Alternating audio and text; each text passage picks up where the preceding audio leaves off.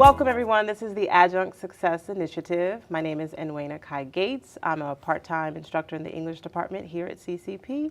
While I teach at other places, I find that CCP is one of the best places to teach for part-time instructors. And today we have Derrick Perkins from the Center for Male Engagement, who's going to talk to all of us about some of the initiatives at the Center for Male Engagement. So welcome, Derrick. Thank you for being here. Thank you for taking the time out to speak with us today. Thank you for having me. Absolutely. Yes. Can you just tell us a little bit about yourself and how you came to CCP and got involved with the Center for Male Engagement? Yes, so I'm originally from Hartford, Connecticut. Okay. And I came here for college. I went to Swarthmore College. Okay. Did a lot of work through upper bound programs and did a lot of work around youth programming and youth development. I then went on to get my master's and then work around youth workforce investment with the Philadelphia Youth Network. And that was actually an amazing opportunity for me because I got an opportunity to meet with students, understand some of the program and making sure that the policy matched what the actual student needs were. So that was very positive. Then moved on to the school district of Philadelphia, and yes, right. So that was actually an interesting transition for me because then I was managing, well, actually one of the program manager for a grant through the, I believe it was the, what was it? Actually, I forget what the grant was, but it was actually for mentoring opportunities and reducing the violence in persistently dangerous high schools in the Philadelphia system. So I worked with 10 of those particular schools, right? And so what we're trying to do was decrease the violence while increasing the academic outcomes for those particular schools. That just became very challenging just because through that particular transition, there were a couple of people, well, it went through so many different departments and revisions that the actually policy was not meeting what the students actually needed. And it was very difficult for me to be in that type of environment. I saw this opportunity coming here at the Center for Male Engagement, and funny enough that I saw it probably like 3 years ago, prior to, and I was like, no, I'm not ready for this. I don't think I'm able to do this kind of work. But someone pulled me and said, Derrick, try and see. And so I, of course, applied and got accepted. And honestly, it's been the best decision I've made, not only professionally, but also personally. Oh, wow. Yeah. So part of this initiative is to educate adjuncts about different resources for their students at the college. And the way that I found out about the Center for Male Engagement was because I think it was the second semester that I was here. I had a student who was not coming to class, or when he did come to class, he was late or he never did his work. And one day I just asked him like, hey, what's up? Like, what are your plans for finishing this class? And he just said to me that he was homeless. And so I reached out to Cindy Gittle at the time, who was the chair of the English department, and she was the one who told me about Center for Male Engagement. I'd never heard about it before. That's not a good thing. It's not, and it's interesting because if I had not asked him like, hey, what's going on, if he didn't tell me, because I had actually never experienced a student being homeless before. So honestly, that's a lot of our student issues, right? Dealing with those particular things, but also in terms of the faculty and administrators not necessarily fully aware of the services that we can provide. More importantly, it's important that the student felt comfortable enough in sharing those particular stress and issues for them. It's about creating that culture where students will feel comfortable to doing that. So thank you, for creating that environment for our particular students. Absolutely. Because honestly, none of our students feel that comfortable and particularly courageous enough to say that I'm homeless, right? And how that impacts them. And so that's why our program exists, right? So that we can better support our students in the time and the place in which they need them. And so what we do is we provide them with academic support, with career development, leadership development, life skills, as well as social and cultural enrichment. So at the end of the day, we want to make sure that they have a safe place to come to, that they're affirmed and they're welcome, but more importantly, that we provide them with the support year round so that they can make different decisions for themselves, but more importantly, be able to support them on and off campus. Like you said, but unfortunately, not a lot of people aren't fully aware of it.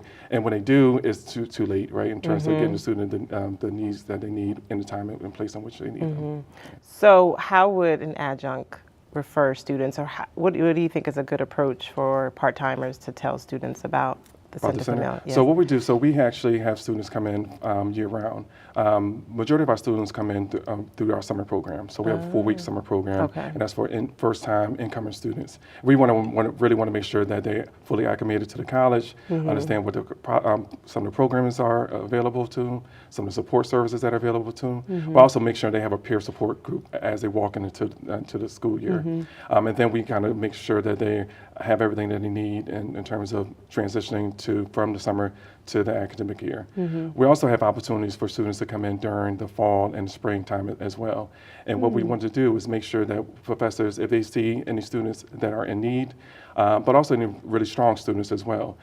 What typically happens is that a lot of professors send students to us in need, right? But also, this is a fully functional, we have students from every walk of life. We want to make sure that those strong students also are there and be able to support students who are not doing as well academically or socially. We have some students who are, 4.0 students. You would not imagine having some of the issues that they're dealing with, but also have some really social issues that they're dealing with, some other supports off campus that they need to deal with, but not necessarily have that support. Typically, if they're not raising those kind of red flags, professors, administrators, other people on campus are not sending those students our way.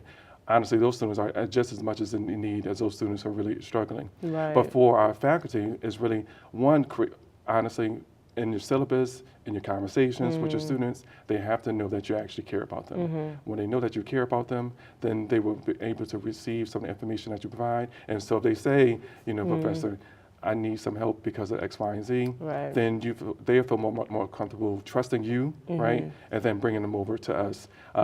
We have support coaches there who are really like the student's lifeline on campus.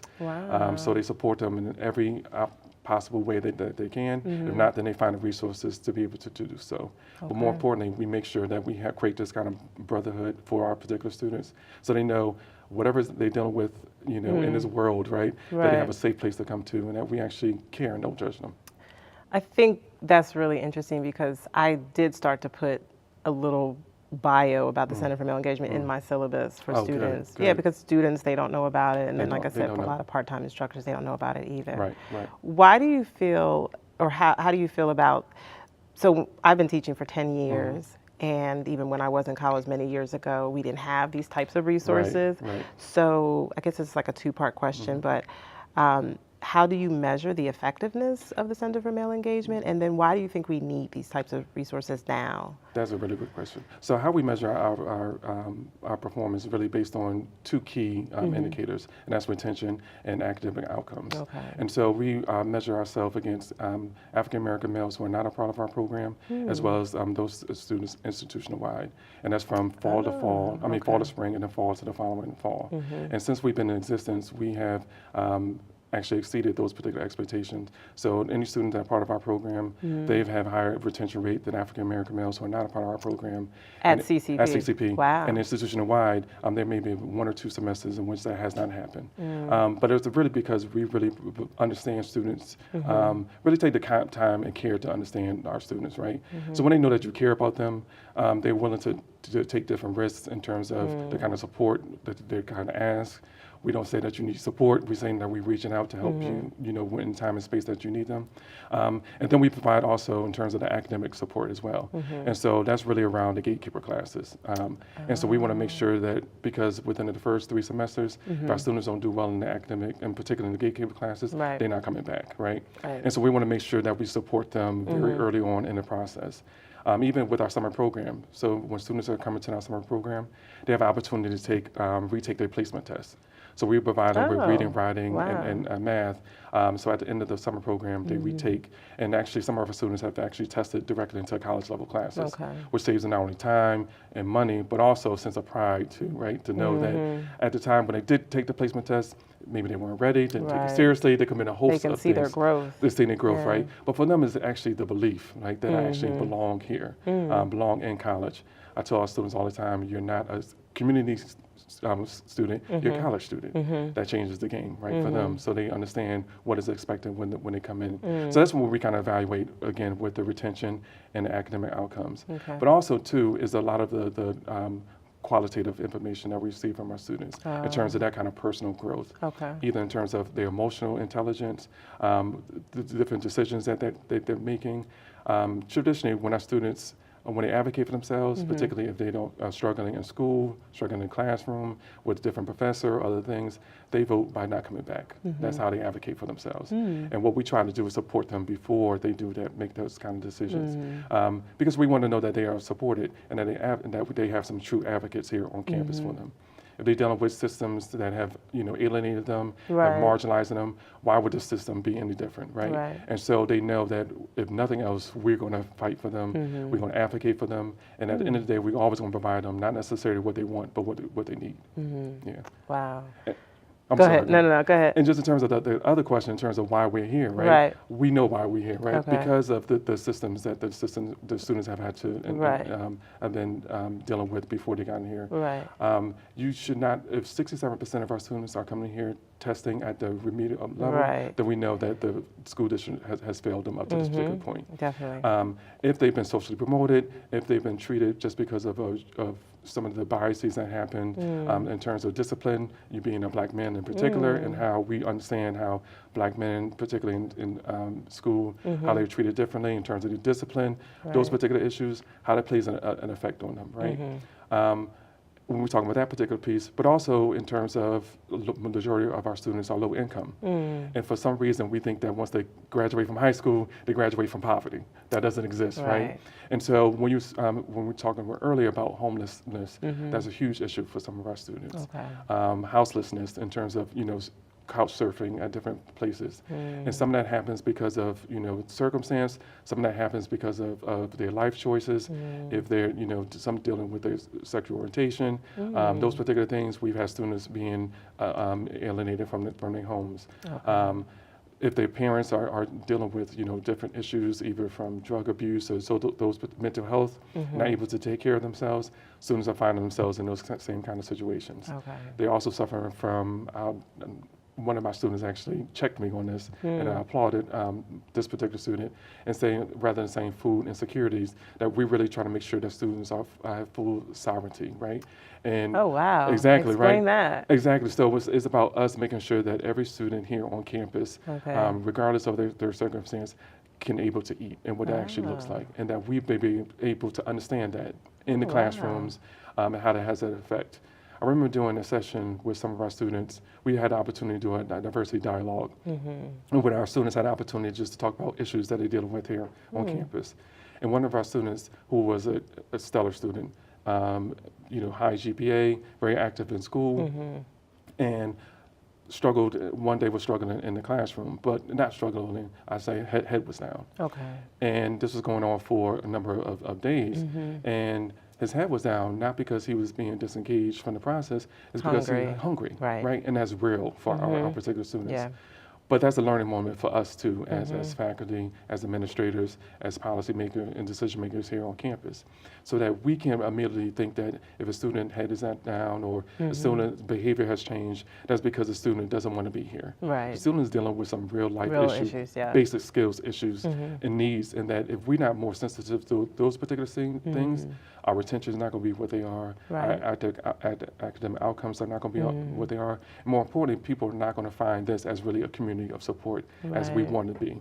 And so that's why I think that we're here. We're trying to dismantle some of the issues that the students are dealing with, not only academically and socially, but more importantly, we're here to let them know that we value you, we care about you, and at the end of the day, our responsibility is to make sure that students are prepared to take their rightful places in this world.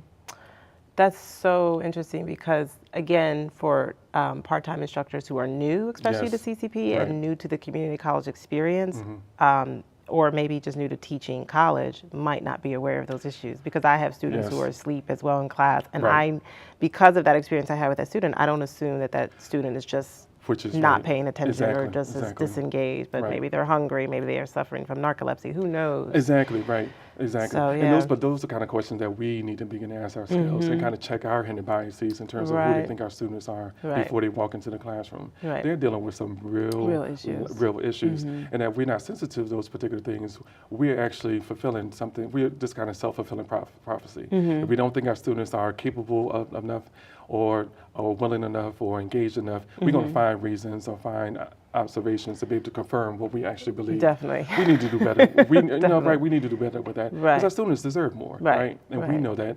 I've had opportunities with our particular students in checking me, and I always say check, right? Because I need them to be able to check me in terms of some of the issues, because I don't know it all.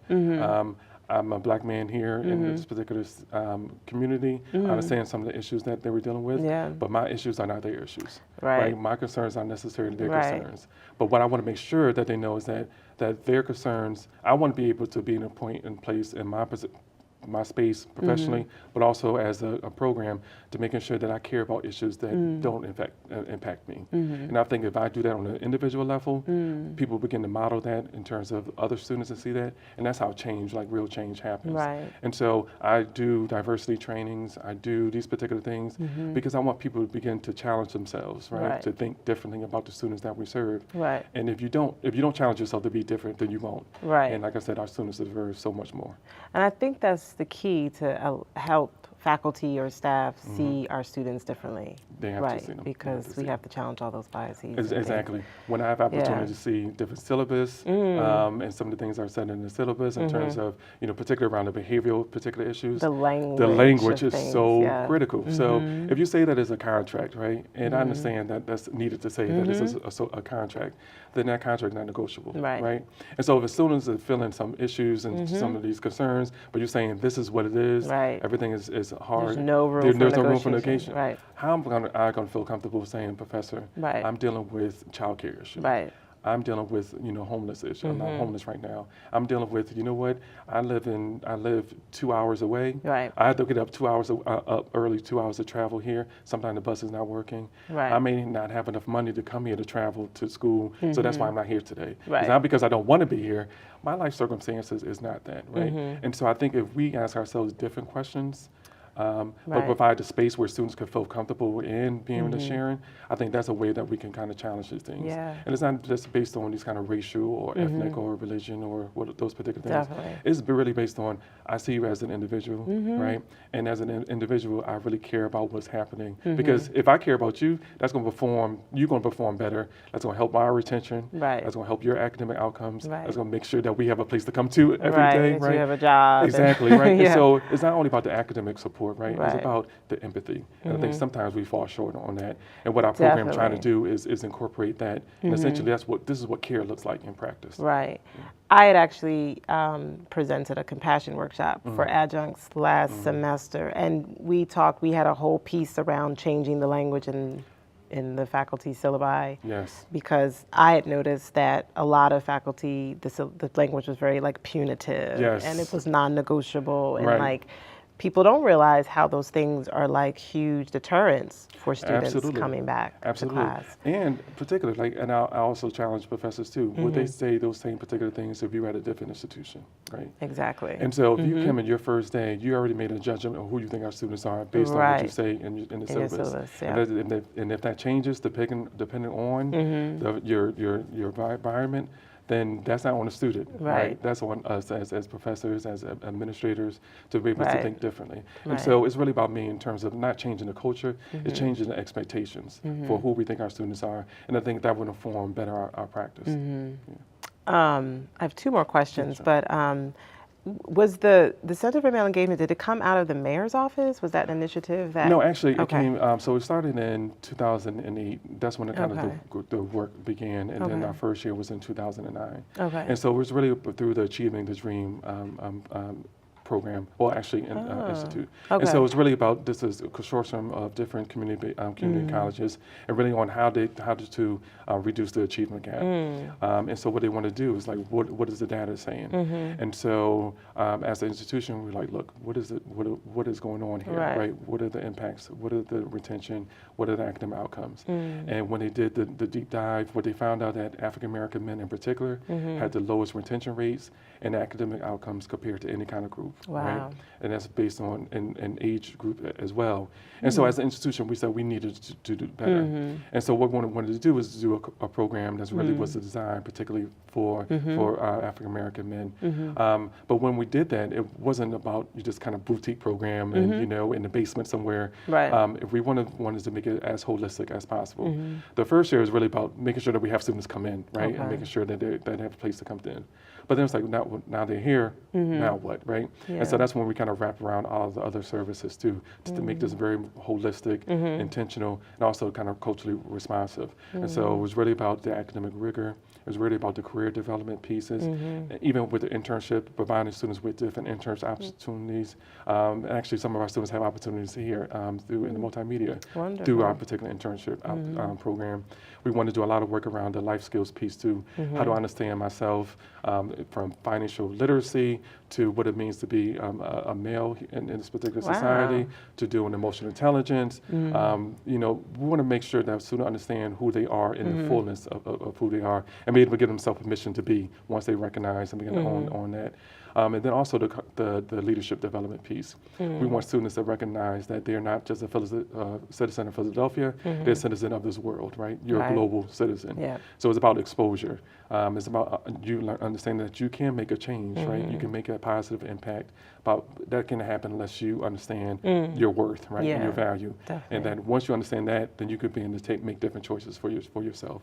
So some of our students, CME students are are student presidents. They're on the marketing material. They in not only SGA, but at Phi Theta Kappa. They're doing on sports. Like every aspect of this particular college, they have made an imprint on it. And that's really based on what happens when you actually support someone, right? You see what can happen when that happens. And actually institutionally, how we can begin to make sure that not as the program, right? Because the students in our program are not CME students, they're CCP students, right? And so we need to begin to understand what that fully means too. We're not the black man fixer, right? So, you know, so we can't be held accountable, hold accountable for that. We're here to support African American men in particular, but we also support other male students here of color as well. So it's not that you can't come and can't receive our services, right? But again, we respond to what the data is saying. And that still holds true, despite the success that we had as a program. Institutionally wide, African American men in particular are not doing as well. Well, they actually have the lowest retention and academic outcomes. So we know that, and we only serve a small subset of the students here on the program. So we know as an institution, we have to do better. And so that's not why we exist, but also because this is what we should do as an institution. If the majority of our students are students of color here, the majority of those students are African American, and we understand that we need to do better to be able to support them, understanding where their circumstances, understanding that they may be academically unprepared, but just because they're academically unprepared, we can't lower our expectations for who they are, and then surprise when they reach them, right? And I think we do that far too much, and we see what happens when we don't, right? Yeah, and the data is clear. The data is clear. It's very clear. It's very clear. Yeah. But you can see, like some of our students one of our students now met Obama, President Obama, twice. Like, are you kidding me? Yeah, you know what I mean? And so I'll quickly just kind of quick story about this particular student. So he was at St. Gabe's, which is a juvenile detention center. We did work with because we do recruitment throughout the city, right? And throughout the different areas. So we go to community-based organizations, schools, churches, barbershops. We go to prisons. We go where our students are, and making sure they understand who we are, and the kind of actually that they will have support once they made the transition into college. This particular student story is just phenomenal because earlier his father was never in his life. Was really was in prison. His mother in the third grade had to go, lost custody of him because of drug abuse, was raised by the grandparents. He went into drugs just, trying to find, not only a sense of stability, but also find this kind of family that he didn't necessarily have. Made some different choices for himself, came to the, graduated from there, came here, went through our summer program, did education, did extremely well. So he was a student ambassador.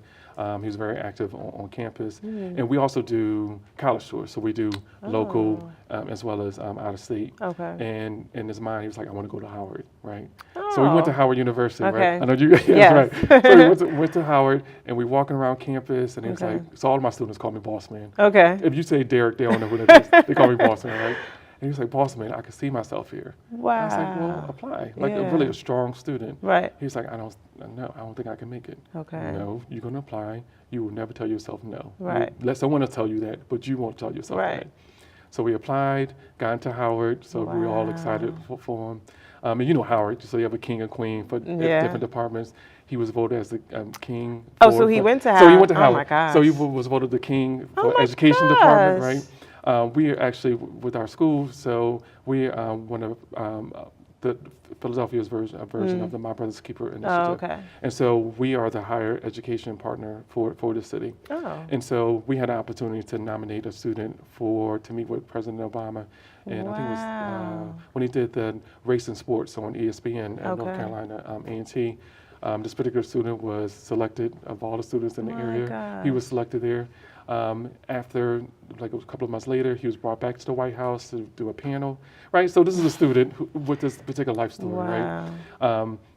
In his last year of Howard, wasn't able to get his tuition, so he was trying to, we're trying to figure out what to do. The school district really stepped up, and through the Knight Foundation was like, okay, if you promise that we will provide you with your tuition for your last semester, if you come back and teach here, right? So this is a student Come back and teach at the school. in the school district, right? So this student had opportunities across the city, across the country, right? But was very strong, very active. A black male educator, you already know, right? Yes. So he said, no, I want to come back and I want to give back to my particular community that's given so much to me. So now he's here and he's teaching elementary school, right? Teaching at community college? No, she's teaching at elementary in Philadelphia, right? But this is not the norm, right? This shouldn't be, oh my God, let's celebrate him. Exactly. This should be what was normal, right? Right. And what happens is that so many people, really because of his life circumstance, would not necessarily provide him with those kind of opportunities. No. We brought him in because we care about him, and more importantly, he wanted to do better, right? And he wanted to do better. Then what else can we do but provide them with those kind of opportunities? Right. But I share that story because of what is possible, right? Right. And because of him, he has not only expanded my capacity to love, right? Right. But also make me want to work harder, right? For those students who really in those needs, in those particular situations that for so many people have written them off. Like, no, they have a full life to live and can be an active and contributing member of this world. So just wanted to provide them with opportunities to do that. Wow, that is like amazing. Yes, yes. I mean, because one, it speaks to the whole, one, we don't have a lot of nurturing spaces for men. Absolutely. And not for black men. Absolutely. And then it obviously speaks to the evidence, like you provide a nurturing space, people will grow, people will develop, people will soar. And they see that we're authentic, right? In terms of who we are, we share our particular stories. Right. Because some students think that we woke up here, right, in this space. Right. Like, no, I wish we've had our woke own, up with all where I am right currently. Right. But I had some really difficult life lessons for myself. And be able to share those particular things with our particular students, right? So they could see some commonality with them. But more importantly, like, they know I care about them. And I tell them, I care about you. You care, and this is why I'm making this particular decision. Right. This is why I'm providing you with this opportunity. This is why I'm calling you out on this particular thing. This is why I'm calling you out, because you didn't call one of your other brothers out in the program that's not doing what they're supposed to be doing. Or you're not celebrating another student who's not doing, who was doing what they're supposed to be doing, but you didn't not acknowledge that, right? But it's about how do we, as an individual first, show and model that particular behavior, regardless of who you are, what your life circumstance is that you are worthy and you're valued, right? And particularly around, men who don't necessarily, again, have those, like you said, those nurturing spaces, but also not taught to communicate and show emotion. And so we tell them, no, it's okay. It's okay it's okay. Yeah. So I have one last question, because we definitely need to wrap it up. Okay. And I wish, again, why I'm doing this initiative is because part-time instructors do not know about this. And I'm sure a lot of students would come back to community college or would thrive if they knew about a resource like this. But 5 or 10 years from now, whether you're here or not, where would you like to see the Center for Male Engagement? Or Well, right now, because we're grant funded, so Okay. what I want to see is that becomes a part of our operational budget, Okay. right? And that with that is expansion of the services that we can really provide for our particular Okay. students. Like I said, we only deal with a subset of our students here, and there would considerably more students in need that would need this kind of support, but actually want this kind of support, right? And so that we can be able to see that. Also, what I want to see too, just in terms of when we recognize the homeless piece of it, like my dream is to have like a housing availability for our particular students. Definitely. I know That would be beautiful. Wouldn't it be, like that's Yeah. some of the things that I've struggled with because I see our students who, if they had a safe place to go to at night, right, that their academics would definitely would soar, that their retention would be higher. Yeah. But they don't have that. I tell my students all the time how prideful I am of them because of what they have to deal with. If you're at a 4-year institution, you're on campus, you don't necessarily have to worry about whether or not you're going to come home to a safe place, whether or not the lights are going to be on, whether or not there's going to be heat in the house, whether or not you have something to eat, right? You don't have necessarily have those necessary concerns. You may have other concerns, but those won't be your concerns. So imagine our students are dealing with that, right? And then also have them dealing with, some, being here and some of the issues they're dealing with within the classroom. And so at the end of the day, I would want that to kind of expand too, in terms of how we can provide for our students, not only in terms of the housing, but also in transportation too, making sure that they're able to get back and forth to school. Like those are some of the things that I think that in terms of meeting the basic needs for our students, if we provide those kind of opportunities, I think our students would do far better than what they are actually doing. And that's why I want to see kind of the program expand, not only in terms of being a part of the operation budget, but expansion of what we're doing, and that we have a better connection, a better communication with our faculty, and particularly regardless if you are full-time or adjunct, that there's a particular support system in place day one for our particular students, and so they're not having to reach out in the 11th hour, right? Exactly. And that we can work in a better space. And so that's where I see the program. Well, thank you so much. That was really you. beautiful. I really appreciate it. for There were a this lot of opportunity. takeaways from this, Yes, so I appreciate you being thank you. here. Absolutely. Thank you. Thank you. And thank you everyone for joining us. This is the Adjunct Success Initiative, and my name is Nwenna Kai Gates, and I hope you all got a lot of takeaways from this because Derrick shared a lot of nuggets with us today. So thank you.